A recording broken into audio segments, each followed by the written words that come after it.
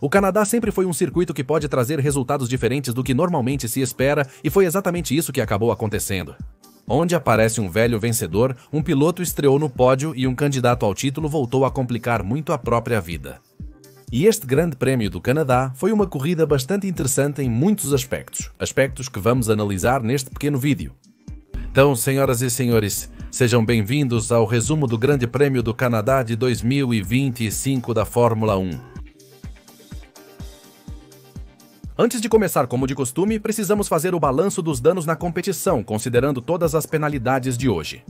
Primeiro, Rajjar foi penalizado com 3 posições no grid por atrapalhar Carlos Sainz na classificação, tirando-o do top 10. A Yuki, por sua vez, recebeu uma punição de 10 posições por ultrapassar sob bandeira vermelha durante um dos treinos, mandando-o para o final do grid.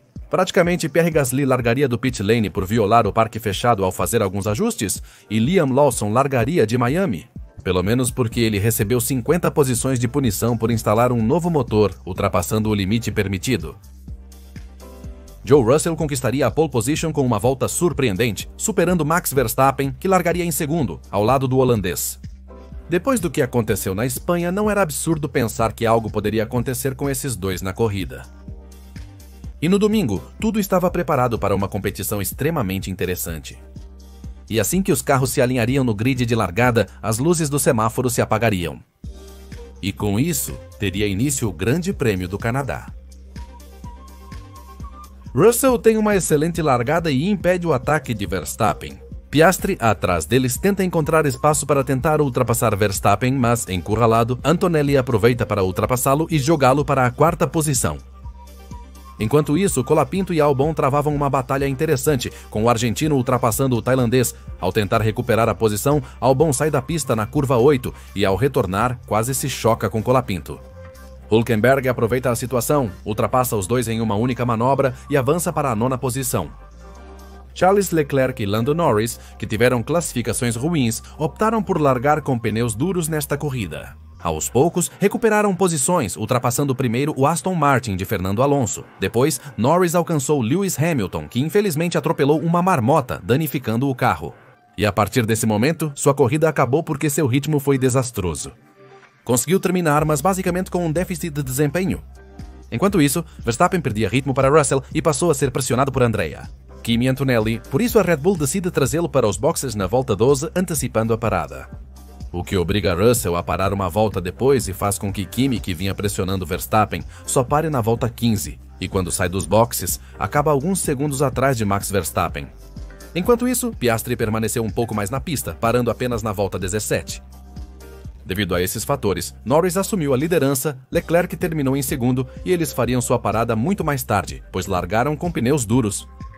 Por sua vez, a liderança estava bastante estabilizada e estratégica, enquanto lá atrás a disputa estava pegando fogo. Pilotos como Alonso, Hülkenberg e Colapinto, que apostaram em uma única parada antecipada, estavam ganhando posições.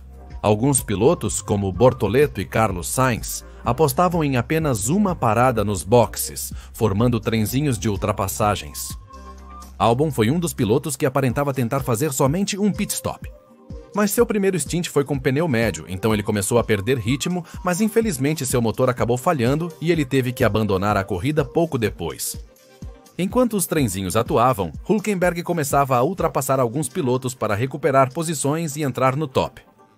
Colapinto, que estava entre os 10 primeiros antes da primeira parada, ficou preso atrás de Gabriel Bortoleto, sem conseguir ultrapassá-lo. Assim, ele optou por mudar de 2 paradas para apenas uma.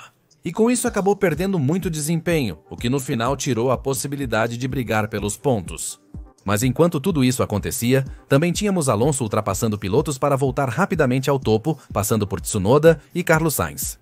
Indo pouco a pouco em busca da recuperação daquela posição que estava à frente. Leclerc fez pit stop na volta 28 para o segundo stint com pneus duros. Norris parou uma volta depois, optando por pneus médios, planejando terminar a corrida com pneus duros. Enquanto isso, Russell mantinha um ritmo absoluto, distanciando-se de Verstappen, que novamente sofria fortes ataques de Antonelli. Assim, Verstappen é chamado aos boxes novamente antes que o piloto italiano o ultrapasse e se antecipando à parada do piloto da Mercedes. Os alemães reagem parando Antonelli na volta seguinte. Na saída do pit, a disputa estava acirrada. Antonelli saiu à frente de Verstappen por um momento, mas a saída do pit prejudicou sua tração. Verstappen recupera a virtual segunda posição na curva 2. Piastri aguentou até a volta 45 para parar nos boxes. E Russell se mantinha algumas voltas na pista, aproveitando a diferença de tempo que tinha para o neerlandês. Quando Piastri retorna à pista após sua parada, ele sai a apenas 2 segundos de Antonelli, então a disputa pelo pódio estava completamente aberta. Na verdade, os 4 primeiros pilotos estavam relativamente próximos, podendo acontecer qualquer coisa. Quando Lando Norris faz sua última parada, ele sai cerca de 5 segundos atrás de Oscar Piastri, com pneus mais novos. Ele começou a diminuir a diferença para os pilotos à sua frente, volta após volta, com o ritmo mais rápido do grid. Com a estratégia da Sauber funcionando perfeitamente, Hülkenberg recuperou a 9ª posição para marcar pontos novamente, proporcionando algumas voltas finais divertidas. E a estratégia de Esteban Ocon e Carlos Sainz também funcionou ao fazer apenas uma parada? Porque começaram a ultrapassar pilotos e recuperar as posições que os colocariam novamente na zona de pontuação. Como mencionado, após o pit stop, Norris começou a se aproximar gradualmente dos pilotos à sua frente, colocando-se na disputa pelo pódio. E nas últimas 15 voltas, Antonelli estava na cola de Verstappen, mas nunca conseguiu entrar no alcance do asa móvel. Enquanto isso, Piastri se aproximava de Antonelli, devido aos retardatários e seu próprio ritmo. Lando Norris foi quem mais se beneficiou, chegando ao alcance do asa móvel de seu companheiro de equipe na pista. E era o momento de finalmente ver uma batalha digna entre esses dois. Por algumas voltas, Norris ficou no alcance do asa móvel, mas não conseguia ultrapassar, apesar de se aproximar. Piastri cuidava bem da tração na saída das curvas, tornando quase impossível para Norris ultrapassá-lo no final das retas. Em certo momento, Piastri se aproximou de Antonelli para pegar o seu asa móvel. E restava ver se Piastri conseguiria passar pelo italiano, porque agora parecia que Norris teria muita dificuldade. Contudo, na volta 66, Norris tenta surpreendê-lo freando mais tarde na curva de grampo, ultrapassa, mas Piastri astutamente busca a tração na saída. Eles saem lado a lado na reta e nesta. Norris começa a colocar o carro um pouco à frente do australiano, mas este freia mais tarde na chicane do Muro dos Campeões de forma prodigiosa para defender a posição. E depois disso, senhoras e senhores, vimos oficialmente o nascimento de Norris, o motorista de micro-ônibus. Norris saiu com mais tração e velocidade da chicane do Muro dos Campeões, mas tenta forçar o lado de dentro que Piastri já havia protegido. E você sabe por que ele acaba batendo na traseira do companheiro de equipe? Com isso, o carro vai para o muro, acaba quebrando o carro no muro e abandonando a corrida, dando de presente mais 12 pontos de diferença para o seu maior rival pelo título. Com isso, o safety car entrou e a corrida foi neutralizada, faltando apenas 3 voltas para o fim.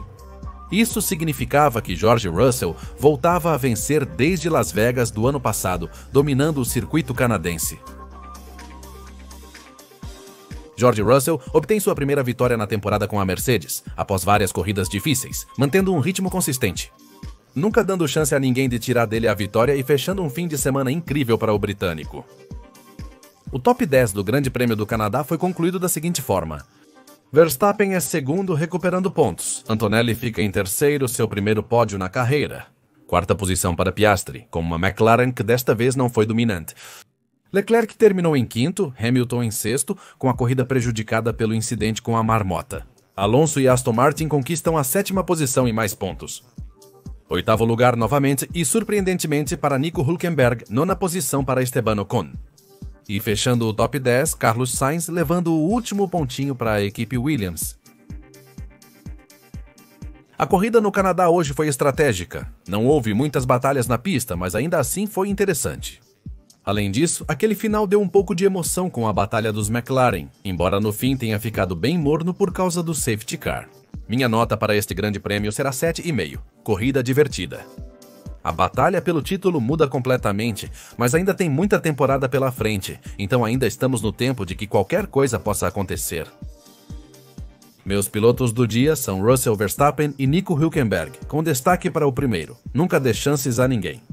Seu ritmo foi sólido o tempo todo, e no final, ele acaba conquistando uma vitória perfeitamente trabalhada, que isso beneficia a eles e a Mercedes após vários fins de semana difíceis. Minha decepção do dia é Lando Norris. Durante todo o fim de semana, ele se encarregou de se autodestruir. Ele tinha o melhor ritmo do grid, mas desde a classificação tudo se complicou. E depois aquele acidente bobo com Piastri acabou destruindo a corrida dele.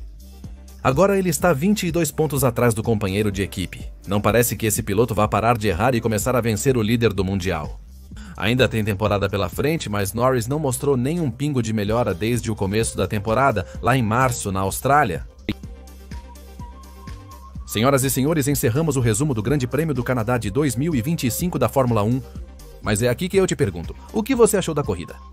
Que nota você dá pra ela? E claro, me diga quem são seus pilotos do dia e suas decepções do dia deste Grande Prêmio do Canadá. Me contem todas as suas opiniões na seção de comentários. Eu vou me despedindo dizendo que se você gostou deste vídeo, deixe um like pra gente. Inscreva-se no canal, ative as notificações para novos vídeos e compartilhe com seus amigos.